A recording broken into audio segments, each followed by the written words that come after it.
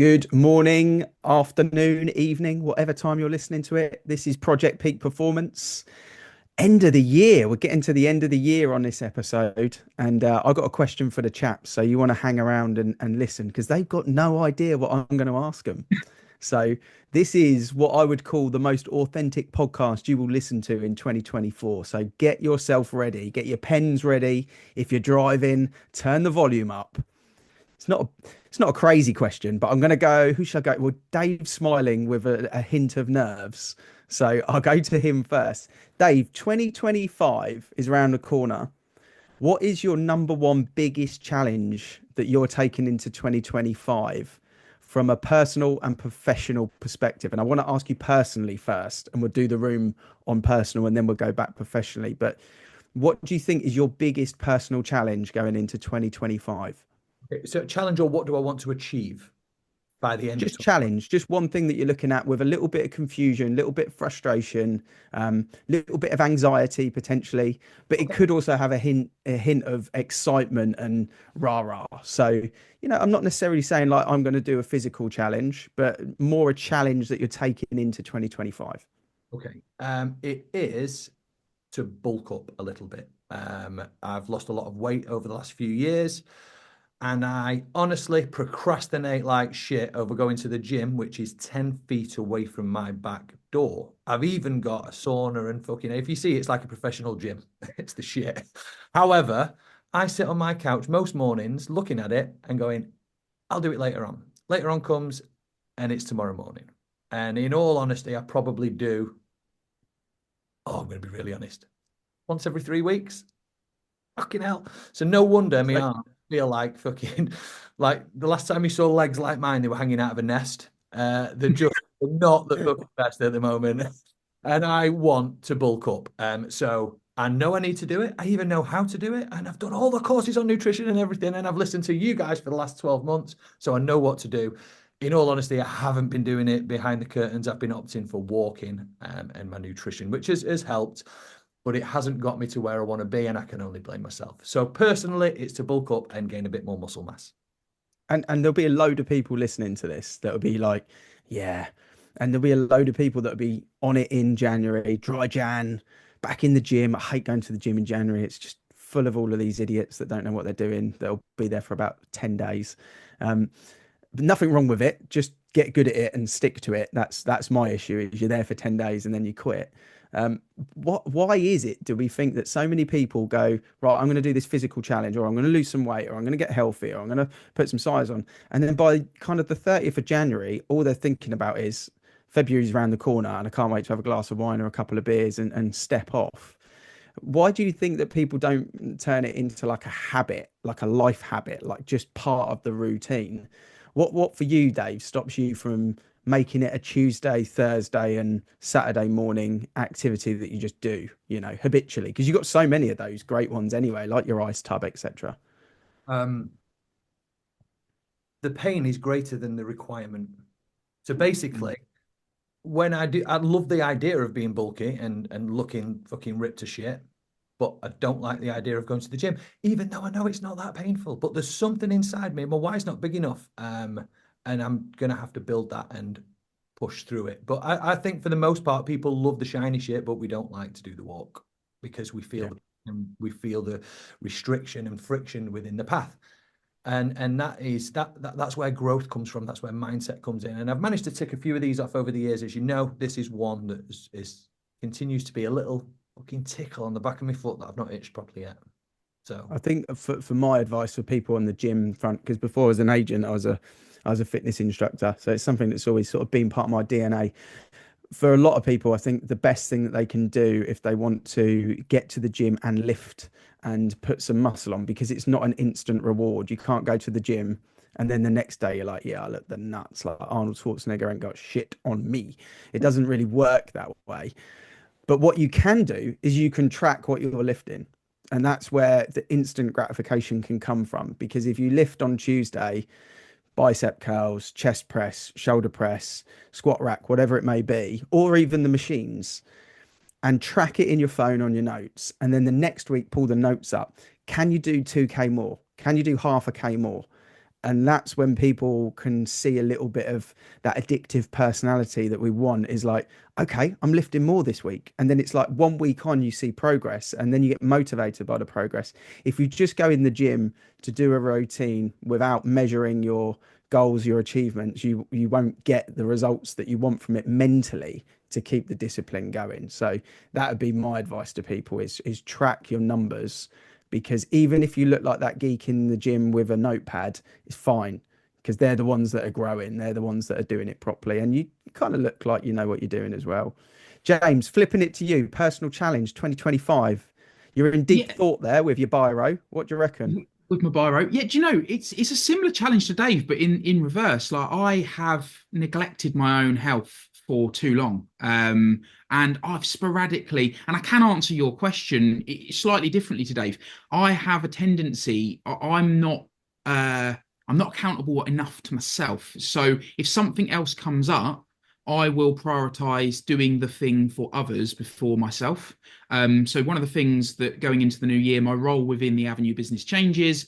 I'm not going to be customer facing anymore. So with that, I've started to build out my structure so that I can prioritize myself first, because I'm recognizing, look, I'm not getting any younger. And aches and pains are starting to appear in places that they weren't a year, 18 months, 2 years ago, 3 years ago when we launched the business. And so, it's prioritizing my own health and well-being is my number one challenge. And I'm not going to be one of those January people. I am someone that used to go to the gym a lot, very much leaned into what you just talked about the tracking of the numbers, very competitive, very focused on that addictive element of, okay, how can I make this better? Yeah. How can I get stronger? How can I get fitter? I'm more built for strength than I am endurance running. So the part of me that I'm going to probably take in as a challenge the most is to embrace that, because I can lift heavy shit. But the endurance, I want to work more on my endurance and more on my heart health than just simply being able to lift heavy shit. So I've already started it. I put the plan in place a couple of weeks ago. I'm in the gym 5 times a week now. And there are bumps. Like this morning, it threw me out. I was going to go to the gym, but both my little ones are poorly. They're up most of the night. I was up most of the night with Margot, so I didn't actually get to sleep until 3:30 this morning. So I've had like 3.5 hours sleep. So today I'm a little bit like, I want to go later, but it's one of them where I'm a bit set back, but I've got all my gym kit with me, and it's not going to get in my way. I just want to show up, because if I've only got 30% to give today, I'm going to give 30%, and that's the attitude I'm taking into the new year. Compound growth, though, 30% every bad day adds up, whereas Yeah, zero every bad day can't add up. And for me, sometimes, like if I'm meant to train or I'm meant to work out, and it's been a day where it's just not, I'm not been up for it, and I get to 6:30, getting the kids ready for bed. My local like 24-hour shop is about 3/4 of a mile away from me. So sometimes if the kids have gone to bed and I haven't done anything, the least that I will do is I'll grab my backpack and I will, even if it's raining, I'll put my headphones in, I'll walk to the shop and back. It's about a mile and a half just to buy a £1 bottle of squash if that's all I need. Just because I get my 2,500 steps in from doing it. I can sit down, and then I can earn my sofa just from doing something. So I love what you said there, mate. It's better to be at 30% than at zero, because 30% add up. It does make a difference. So yeah, good to see. So we've got a strong person that's got sparrow legs that's going to have Schwarzenegger legs at the end of it, and then we got James who's going to be joining me and Rob on the ultras at some point this time next year. So Rob, no pressure, mate, but you can't copy the boys. What's your number one challenge going into 2025? Balance for me than anything else. We've got a lot going on. Um, Kel's got to sell a flat that we need to offload. So we're going into one of the most stressful periods of actually selling an asset. We've got a tenant in there and all sorts of stuff going on that. So we've got to release that. And it's not so much of an easy sale. And I've got to finish my master's in coaching and mentorship leadership, which is 50,000 words by April. So that's how like many words have you got out so far, mate? 40, halfway through, it's about 45,000 words. That's enough to throw it into chat and get it to finish off, mate. Oh no, this is the issue. They've just changed the style of how we've got to write now, which is the main part. So all of my original stuff was almost like third person, and they've changed it to avoid obviously people doing AI, and now you have to write it in first person. So it's completely throwing me out. And obviously with my ADHD brain, I'm having to really, really focus on this. This is one of the toughest things I've ever done actually, because trying to read a 91-page Word document on, I don't know, how the some NHS trust did their coaching and leadership policies is not my learning style, but that's the only way I'm going to have to finish this course. So I'm doing that. A balance obviously with that, and obviously Kel's got in like next 6 months she's finishing off her trained to be a fully qualified counsellor and therapist. So it's the balance of trying to be supportive of my partner, trying to work out this thing that we've got to sell this flat, me trying to grow myself, and obviously in the middle of that, looking after our two twins and being the best dad possible. It's the ultimate like middle life scenario. It's like life admin, that balance of kind of where now you're limited on time, the pressure is high, you've got lots of things that you have to do. It's really difficult to prioritize them because they're all individually important in their own right. And I would imagine there'll be a lot of people listening and watching that will be thinking, yeah, I totally relate to everything, but in particular that about how do I get my gym workout in? How do I do my long walk or my run? How do I make sure that I've got time to do my educational stuff and whatever I'm working on? And then the kids still see me, and the wife's happy with me, or the husband's happy with me, and at the same time I'm pushing the needle with work. That's why I'm losing my hair. Actually, I think probably. Do you know what? I had this exact conversation with Carol, and obviously everyone listened to this. She's only on the podcast a few weeks ago, so I've got a very supportive partner. But I literally said the phrase, I was talking to her about the inner conflict that I have as a father, and you guys will have experienced this, and probably listeners out there, and let's not discredit women, but I'm talking about from my own perspective of being a father, is the every hour that you spend is a conflict with meaningful time with the children you're never going to get back, but also the growth and development of your oneself or as a family unit to give the children the best lives that they could possibly have going into the future. And you are being pulled between present moment to never be able to get that back, but also trying to then go, if I had the hour doing something else, that means I could do this and this and this, and maybe 15 years down the line we're in a better position. So I always find that is like any father I really speak to is always that tough part that you're trying to work out the valuableness of the hours, and also always going to be the children, but that comes at a detriment to the other stuff afterwards. I think I've learned that anything that we do, and including time with children, but anything that we do that's a challenge, quality always beats quantity. And I think where sometimes things like that, where I've kind of taught myself that, oh yeah, I should be home for tea and I should be around for that hour. But the difference of having a quality hour with a child or on a project or in the gym or, on meal prep or in the business compared to just being there will always outweigh it. If you go in with purpose, intention, and a plan, that 60 minutes will beat any other times 10 60 minutes that you can operate on. And I think sometimes that's the thing that I've at times been guilty of. And my challenge in 2025 has got some similarities to everyone, but I'm actually wanting to go into next year and do two things when I do something good, and that's to reward myself mentally, because I don't do that. So if I do a race, or we have a milestone at work, or there's a personal milestone in development, that I give myself a reward. And that might be that just, okay, I've completed a really good ultra training block and I've got a sports massage booked in for 3 days later and something to really look forward to. And then I'm going to spend the afternoon in the spa and kind of just really kind of, reward my body for the achievement that we've done, which I haven't done in ever. So that's kind of my thing on it, is to do good quality in the time and then give myself the reward and the recovery that's kind of needed and deserved afterwards as well. So a little bit like balance, but keeping the scales level rather than redlining it 24/7, because I think that's the alpha male thing to do, which I'm totally incorrect about.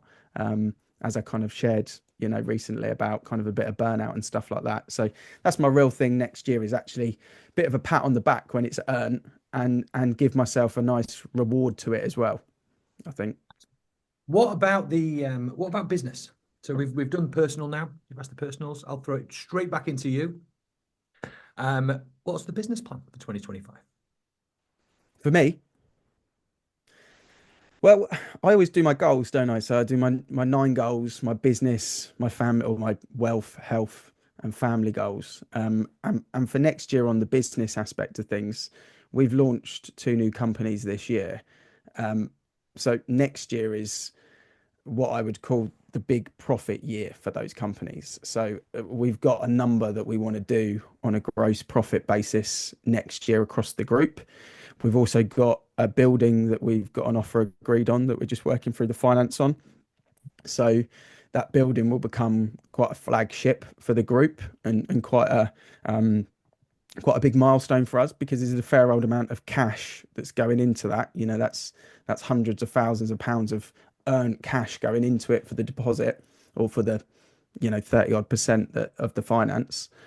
So that's a big thing for us, because we're going to put a big bulk of cash into that building and then call it home. So I think that's the thing for me next year, is we want to be highly profitable in the business, which means we need efficiencies, and we need to be shrewd, and we need to not overspend on too many magpie effect things, but also we need efficiency within the group. So we really need everyone to be at a high performance level, and then we're going to find our home. That's the hope. We find our home. We've bounced around 3 different offices since we launched. Small 2-man office to a 6-man office to now we've got 15, 16 people at HQ. This is a big detached 3-story building with an awesome training room on the bottom, big floor where we can have everyone.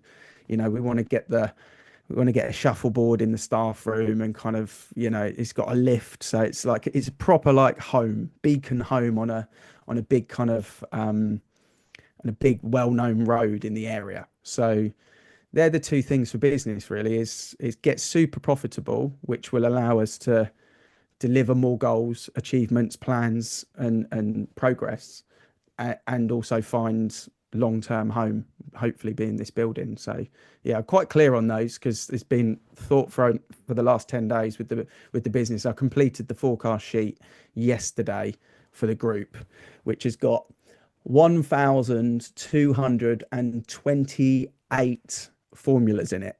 So it's an Excel sheet that is like crazy formatted, but it's exciting to finish it and do it. Shows a different side of me. I'm a proper Excel geek. So I'm on it, focused on it. That's professional now. That's business. That's where we're at for next year, basically. Love that.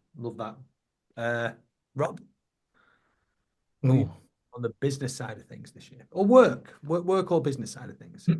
So for me, we're about to welcome the next set of people into our Business Accelerator program. So that's quite interesting. We've got some really cool clients and different clients in there. So, and also quite interesting clients I haven't really necessarily worked with a lot with. So I'm excited about seeing the humans rather than just being in the screen in front of people. Obviously, we've got launching our Lifecycle 5 as well. That's going to be nuts, coming in spring. We can't say too much about it, but that's a big level up. And then for me, we're just slightly changing the dynamics of what we're doing at Estate and CX. So that's what I was saying about balance before. There's a lot going on in that business side, which then you're trying to find balance with all the other stuff you're trying to do as well. So apart from that, naturally with anything, we come to our first quarter, we're in that last phase of development and fine tuning before we launch it to our clients. So there's a lot going on. How are you planning?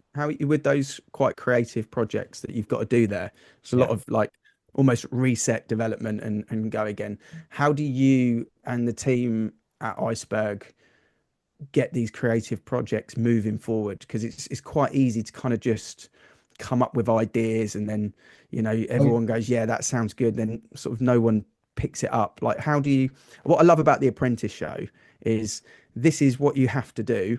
Someone project manages this, someone's the second project manager of that, and then they all go around doing it, and they get a lot achieved for the if you go back and watch the authentic ones, like season 1, 2, 3, they're the training ones. Like if you're in business or if you're in senior management, to go and watch The Apprentice, like season 1, 2, and 3, is a very eye-opening way of how to actually get projects done quickly, because they turn nothing to something very quickly.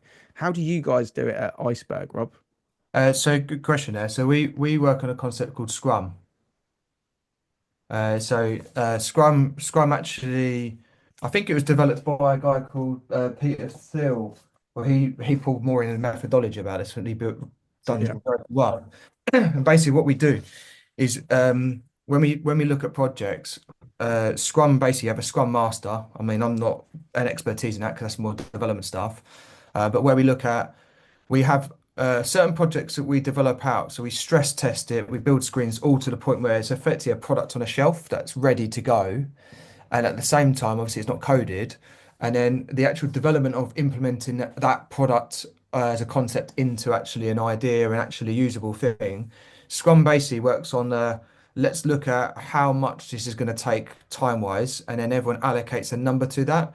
So for every 2 weeks, you have effectively Scrum periods. So if the project's going to take 3 months, every 2 weeks, you're like, right, what's going to be our Scrum for the next 2 weeks? And then someone say, okay, well, I can take that's going to be an 8. This one's going to be a 10. And then it effectively builds out the number that they can manage within the overall Scrum within the guys. And then those people have their ownership on bringing that to the table 2 weeks later. And then it's a review of, okay, you said that that was going to take a 10, but actually you didn't get it done. What do you reckon it is? Actually, that was a 20. So when it comes to the next section, it's like, okay, well, what's going to be the 20s in this block? That makes sense.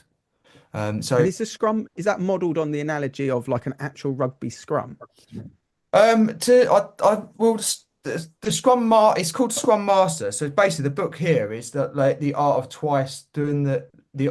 doing twice the work in half the time. So it's not necessarily, I don't think it's really to do with rugby. I think it's just how it was built. But this is how like Amazon, even the FBI. So how it came about really was they looked at the FBI had loads of disconnected systems and they went to go and build a new system and it took like they said it was going to take 2 years and ended up being 5 years and costing billions of pounds. And then someone brought in this sort of concept and they managed to do it in 2 years with half the money and actually build what was supposed to be said. So that's like the book's really, really good about that. So if anyone's thinking about how do I project manage something, it doesn't have to be development. How do I project manage something? This is a really good book to give you an insight into basically it explores accountability and actually looks at a bit like we were saying about the gym analogy, actual realistic measurable goals. Like what is realistically going to happen here? I'm not going to say I'm going to do all of this and it's going to take me a week. It's like realistically it's going to take us 4 weeks. So what can you do in a week that we know it's going to be locked off? So our developments for Life Cycle 5 started last year and we had the plan of the project going all out, and then we already start to plan what life cycle 6 would be towards the latter quarter of that. So then when we finish life cycle 5, we then their guys then scrum together about what's going to be the development for that. I just like the analogy of the scrum, like just visualizing in a business way, like an actual rugby scrum. I played rugby all my kind of secondary school. I was a hooker, believe it or not. No cheeky stuff, the actual rugby hooker. I was a hooker through school. Made my millions. No, joking. But what you get with a scrum when you actually visualize it in a business team, you've got your central props. You know, your props are effectively the people that are the first engagement. You've got your second row, the big guys, the big tall guys, and your number 8. They're the engine. They're the people that drive the scrum forward. And then you've got your flankers on the side, which either stop the scrum from moving one direction or instigate it to move another direction. And then you've got your hooker in the middle, which is responsible for trying to hook the ball off the other team. So the competitive aspect of it. If the scrum works together, it can move a whole team. You know, if a scrum is aligned, those 8 people in that scrum can move 12 or 15 people that aren't aligned.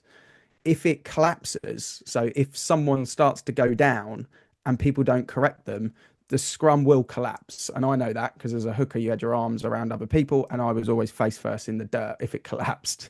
And if you can't control the direction it's going, it will go off and collapse as well. So you have to bring it back in. But when a scrum is in unison, it's one of the most powerful things. And it's a big part of the reason why the England rugby team won the World Cup when they won the World Cup, because we had the strongest scrum and line out. We had an amazing kicker, but we had the strongest scrum and the strongest lineup. We were very organised. We weren't the heaviest, we weren't the strongest, but we were the most organised. So I was just, as you were talking about it, it was just making me think back to those days, thinking it's quite a good analogy for business. How it works in simplest terms is if you get some post-it notes and you think about a project you're planning out, you write down every single facet to that project.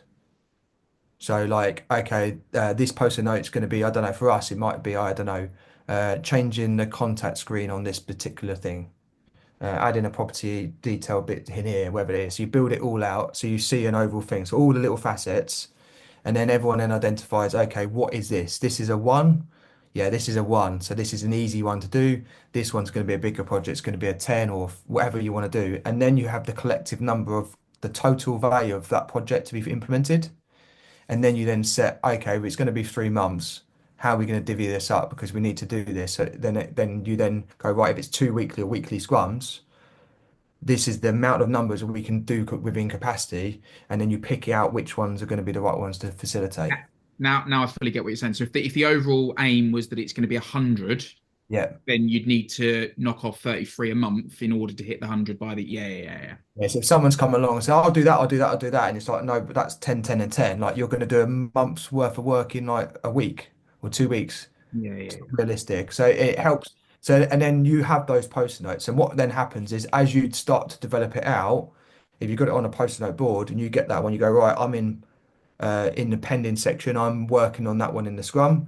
And then when you finish it, it's at the end of it. And at the end of it, the scrum master looks at what we've done and what we've achieved. And then they review what's left behind and what needs to be finished and what couldn't be done and why, effectively. So it's a good round robin of understanding basically how you're projected with doing the project, not let's do this 90 days and then on like, I don't know, day 80 working out, have we done this project? How we got on? Shit, we've missed half of this off. We need to extend the delay, and then it all of a sudden goes out the window.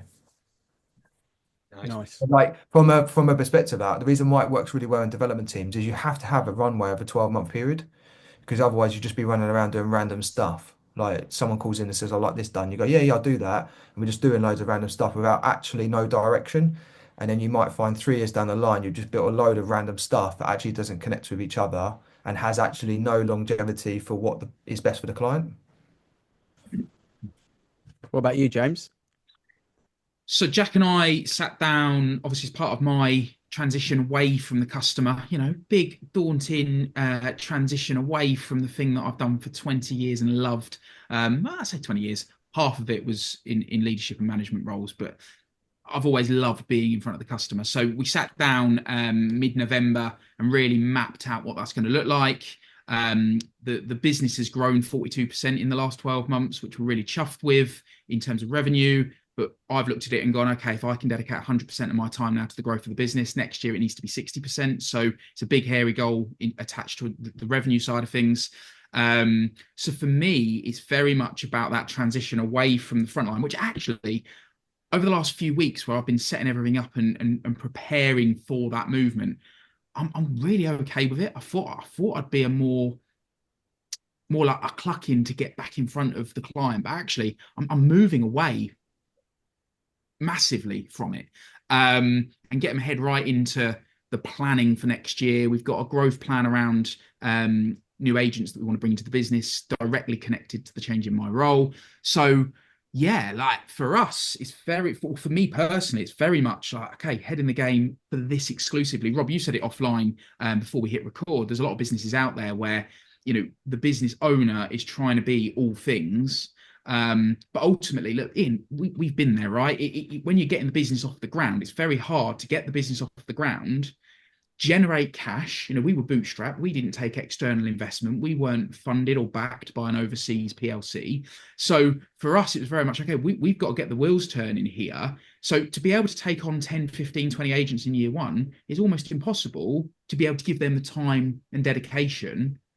Whereas now we're at a point, okay, we've got the cash is flowing. We're turning nice profit now. Okay, now we go. And I'm really excited by that in the new year. I really am. But what I really need to not lose sight of is exactly what I said was the challenge I'm taking into the new year. I get excited by this new project. A bit like you, Ian, I love looking at the numbers. I love getting my head into the data. And, I've done an audit of something recently. I'm like, fuck me, there's like £750,000 worth of revenue sat there for us to tap into. So what I need to absolutely ensure is that I stay grounded in the fact that I've got to be the priority next year. So number one priority is me, then my family, and then all of these big things that I want to look after within the business. So yeah, because the stress is about to increase because you're taking a responsibility that is more than a single client. So yeah, that's an exciting one. I think for people in their business or in their career, you could probably relate to it as well. But if we just say in business, the way that I bring a lot of stuff back to sport for some reason, but the way that I kind of look at any sort of 10-year project, and I think a business in the service industry should be a 10-year project. I think if it's a tech business, it could be a 3 to 5 year project. But in a business like ours, you start with the goalie in your formation. That's you. That's, it could be you and X, but you have to get it off the ground by doing all of the legwork, and that's the one.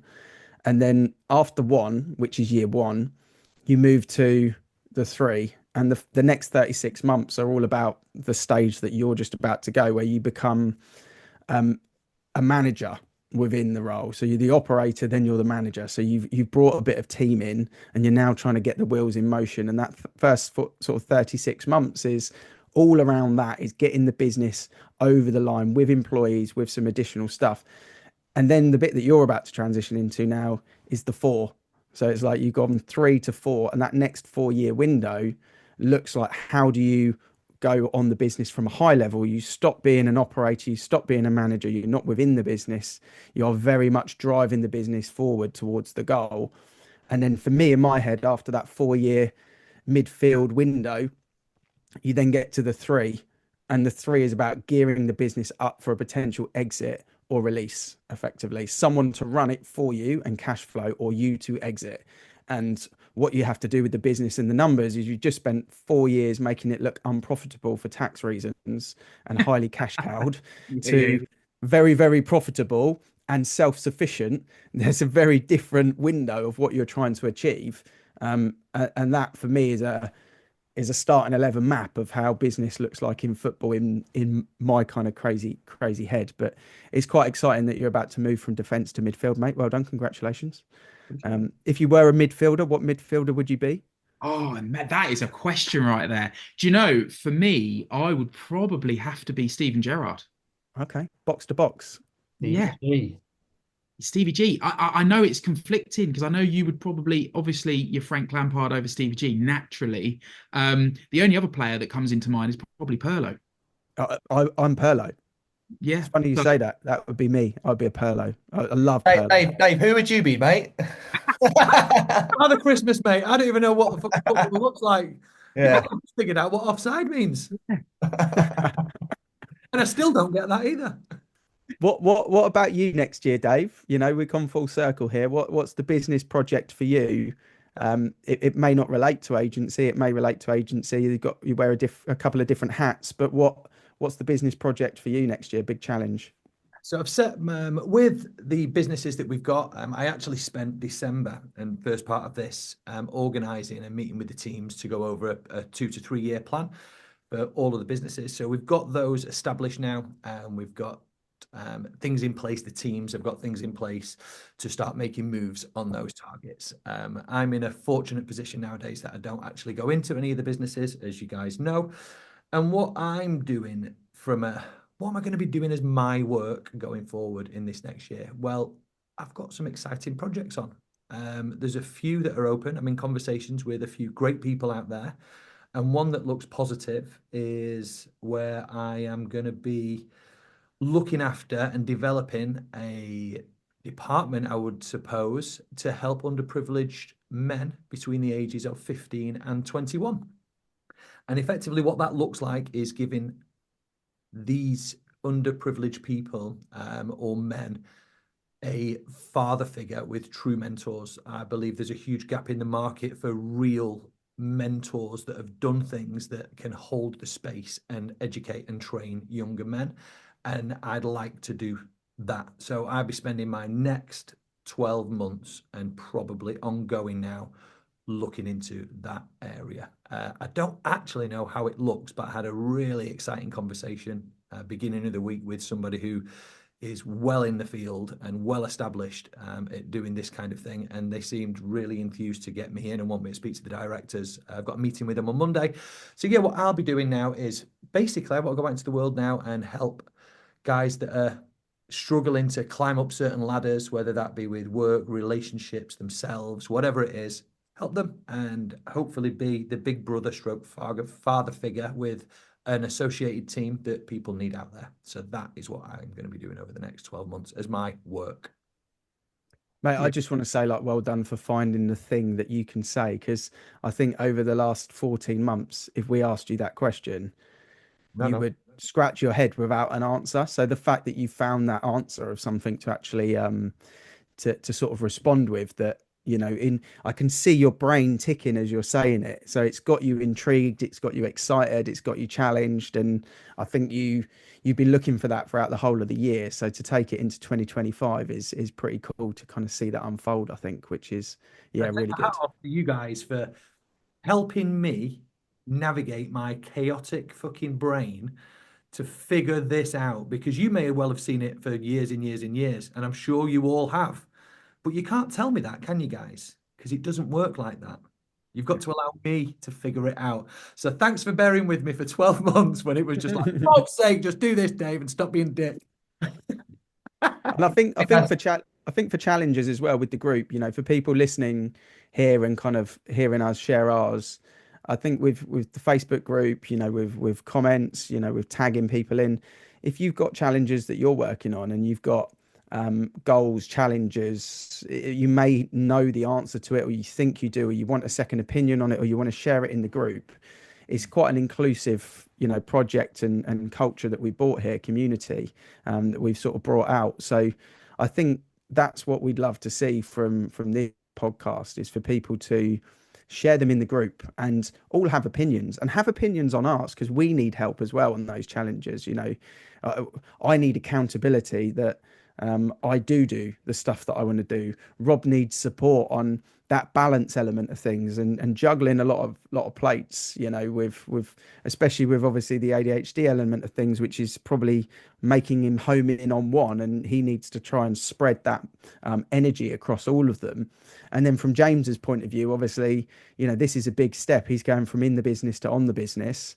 It's the step that a lot of people delay on through nervousness and sort of comfort zone. So there's going to be some stressful months for that guy, as I well know, going into next year, and some fucking exciting ones as well. But and with Dave, obviously, if you've got any connections to anything that he's trying to do here, you know, and any thoughts and advice, or if you know someone that maybe is worth a conversation, this is a totally new part of Dave's life. So get involved and share it and talk, you know, from a DM point of view or in the community. So that's what this episode was about, really, is sharing ours. Now it's your turn to share yours, isn't it, chaps, really? Absolutely. Yeah. Yeah. We're back next Friday, I believe. I'm not sure if we've got a guest on. No, we're not. We're going to have a break for Christmas, mate. Hold the fucking bus. We need a break. 2 weeks for Christmas. 2-week break. We'll be back in January. Ian, stop lighting fires for yourself. You've just already explained it in the podcast. We are not back next week. We're not going to see any of you until fucking next year. So have a fantastic one. Have a great one. Love your family. Spend time with them, and come back next year knackered and we'll fix you. How about that? Good. I won't be on that Zoom call on my own then. So that's good to know. We've all agreed it. Take care, everyone. Thanks for listening. We'll see you all soon. Until next year. Bye.